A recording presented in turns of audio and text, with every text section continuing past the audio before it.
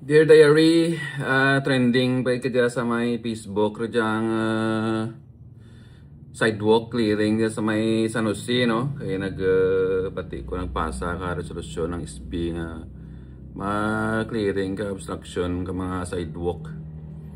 Kaya nag-drive ko sa may San Jose. Ang nakita ko bala sa mga eskwelahan wala man ti sidewalk nga importante sa kilid ans dyan nga nag-drive ako kang ligad to ang main entrance kadya kang ans kay kung wala ka mo kumaan ang student entrance kadya kang ans dyan sa may kilid bakan sa National Highway kung sakyan ng dara mo matid ka kabata mo dyan ka masalad sa National Highway nga side pero ang actual tanang nagapanaw nga estudyante ang entrance na kara dyan sa may kilid na wala dyan natin sidewalk.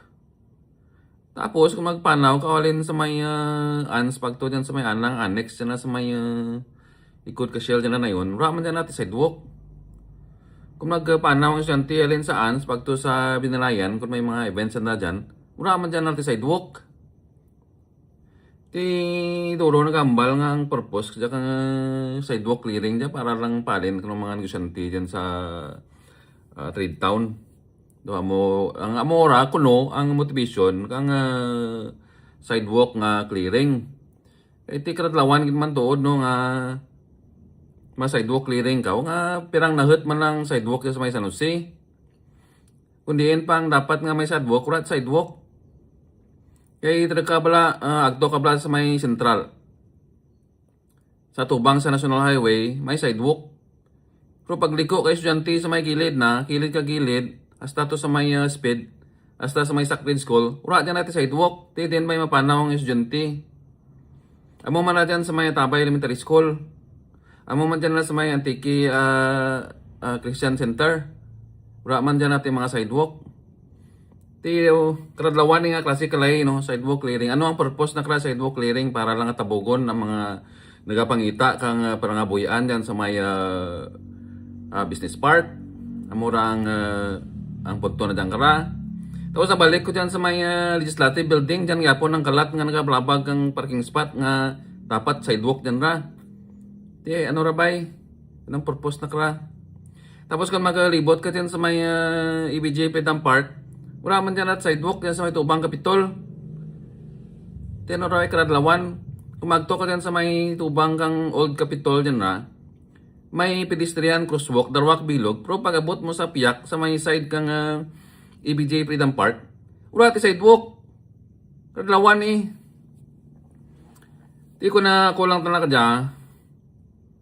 Kung ako lang masunod, ako kung mamati ka sa suggestion ko man, ang dapat nga obrahan ka dyan kang halin sa Barangay Council, no? Barangay Council, SB, sa Kuniang Bayan, kag sa Kuniang Panlalawigan, amo ka dyan ay maimo ka mo ka resolution nga tanan nga future nga roadworks kag road repair i-include gid ang sidewalk.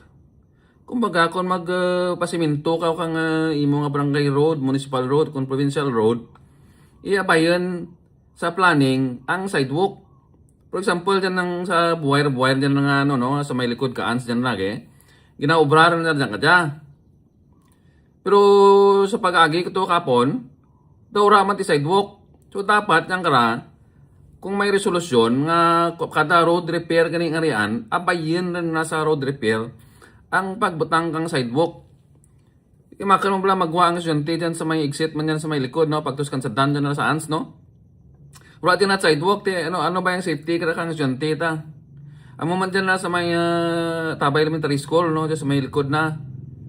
Pagwa kang estudyante dyan, paano puli? Then by magi ang estudyante sa nga karsada. Kaya mo datry nga kan nga dear diary, kung ako lang masunod, ay mo taka resolusyon. Ang tanan nga barangays, may mo ka resolusyon. Tanan nga SB sa Bilog Antique, may imo ka resolusyon. Tanan nga SB man sa Bilog ng Pilipinas, may mo man ka resolusyon. Nga tanan nga future roadworks kag road repair, ma-include gid kang sidewalk for pedestrian safety. Diyan natin kaya mapakita nga bagan kita ti mata pobre.